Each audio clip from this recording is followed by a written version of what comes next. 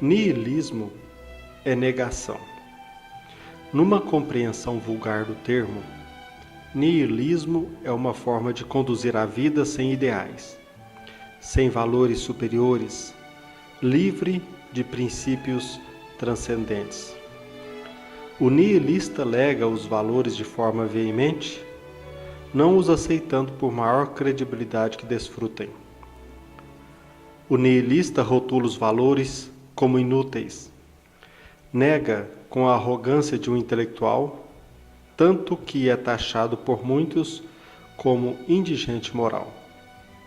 Como defende o professor Clóvis de Barros Filho, nihilista é aquele que vive, conforme a poesia, deixa a vida me levar. Contudo, para Nietzsche, nihilismo é totalmente o contrário. Paradoxalmente, nihilista seria o fanático, o crente cego. Então, nesse sentido, nihilista é aquele que cegamente pauta a vida por valores, vivendo de acordo com os princípios abraçados. Neste caso, o nihilista refuta a vida, os prazeres, as pulsões, por valores superiores e absolutos. Em nome do céu, nega-se a terra. Sem crítica acurada, entrega-se a um ideal absoluto, descomprometido com a realidade terrena. Nietzsche define niilismo como a confiança e a aceitação inquestionável de valores ou preceitos absolutos, provocando certa cegueira racional, a ponto de negar a realidade em nome de uma ideia aceita incondicionalmente, como comunismo, capitalismo, cristianismo, etc. De fato, este filósofo alemão me ajudou bastante, porquanto sua visão provocou em mim o hábito de sempre rever conceitos e analisar paradigmas, sobretudo no campo religioso. Hábito indispensável no campo do conhecimento, sobretudo no tocante à fé, onde se proliferam a divulgação de verdades e convenções dogmáticas. Neste campo, o expositor espírita precisa enfrentar um conflito nem sempre declarado no trabalho de divulgação doutrinária. Que conflito é esse?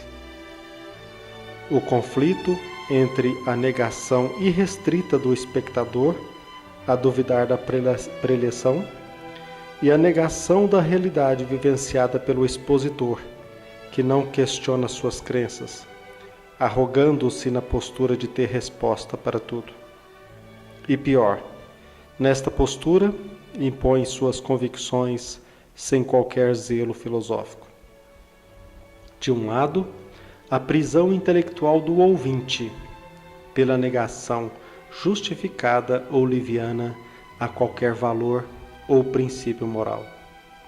E de outro, a prisão a que se enclausura o religioso pela crença cega e absoluta sobre este ou aquele dogma religioso. O Espiritismo enfrenta esta questão, pois se compromete a questionar os dogmas, por levantar a bandeira da fé racional, por abominar o crime de crucificar a mente humana em preceitos absolutos. O filósofo espírita não pode alimentar a pretensão de impor sua visão de mundo, devendo estimular o raciocínio, a fé racional, bem como respeitar a liberdade de escolha do indivíduo. Ora, as pessoas têm o direito de pautar e conduzir a própria vida. Todavia, se a mensagem de Jesus me ajuda, natural em mim o desejo de repassá-la para outras pessoas. Na condição de expositor espírita, pergunto-me então: como divulgar a mensagem que tanto me ajuda, respeitando a liberdade alheia? Como ajudar o semelhante sem a indiscrição de impor princípios como se fossem dogmas absolutos?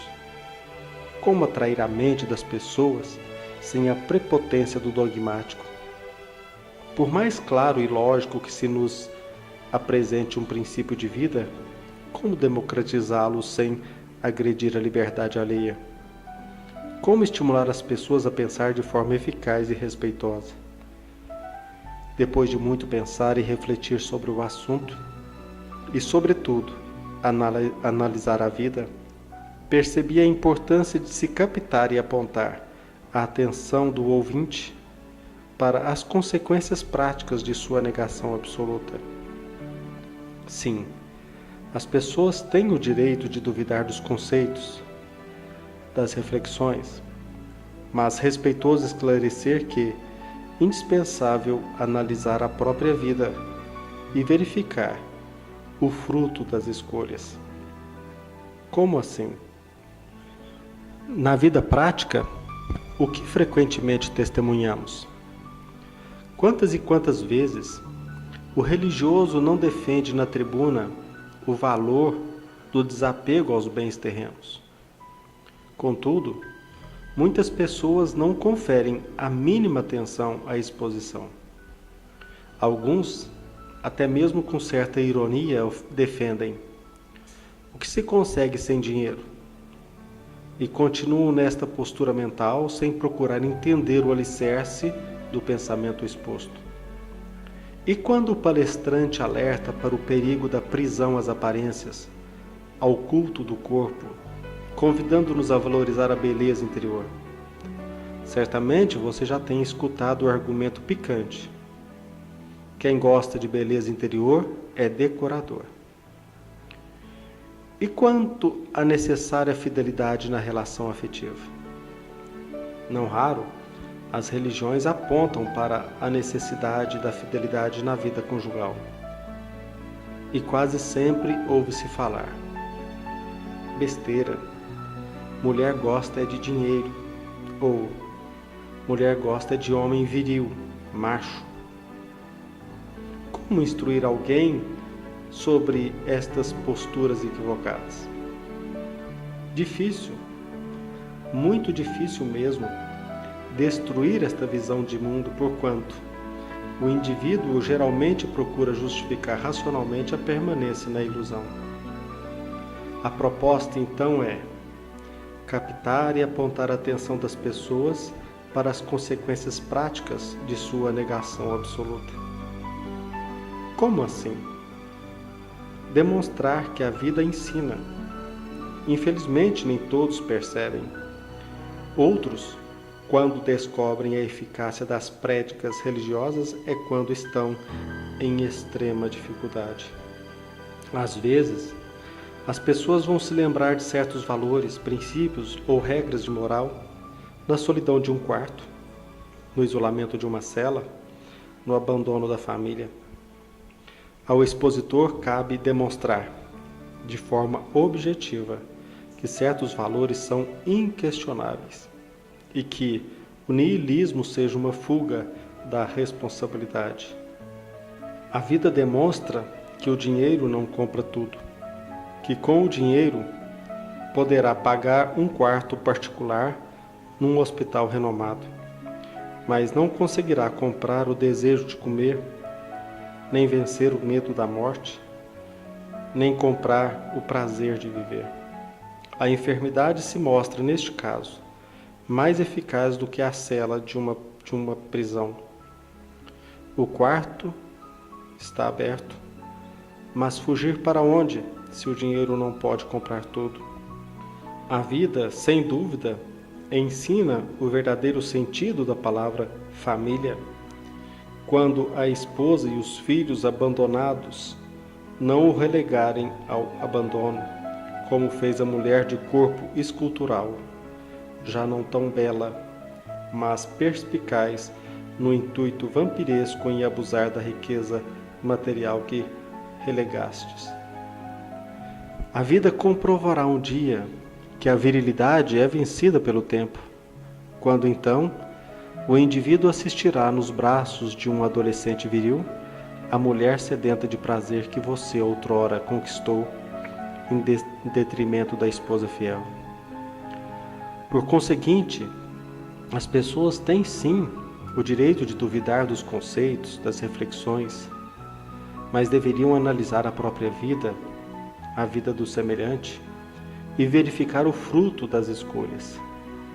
As pessoas têm direito de refutar paradigmas, princípios, valores, e deve fazê-lo, mas cabe a cada um ter mais zelo com a própria vida. E o expositor deve divulgar os princípios, normas e valores com eficácia, sobretudo sugerindo certas teses de melhoria na qualidade de vida, mas ao fazê-lo que o faça de forma fundamentada, jamais como um papagaio a repetir frases e sentenças morais sem qualquer reflexão. Jesus nos legou ensinamentos, exemplos e profundos princípios de ordem moral, eficazes na proposta em alcançar a melhoria de vida. E esta divulgação deve respeitar o indivíduo, pois se prefere viver indiferente, ele tem o direito de escolha, até mesmo para o sofrimento.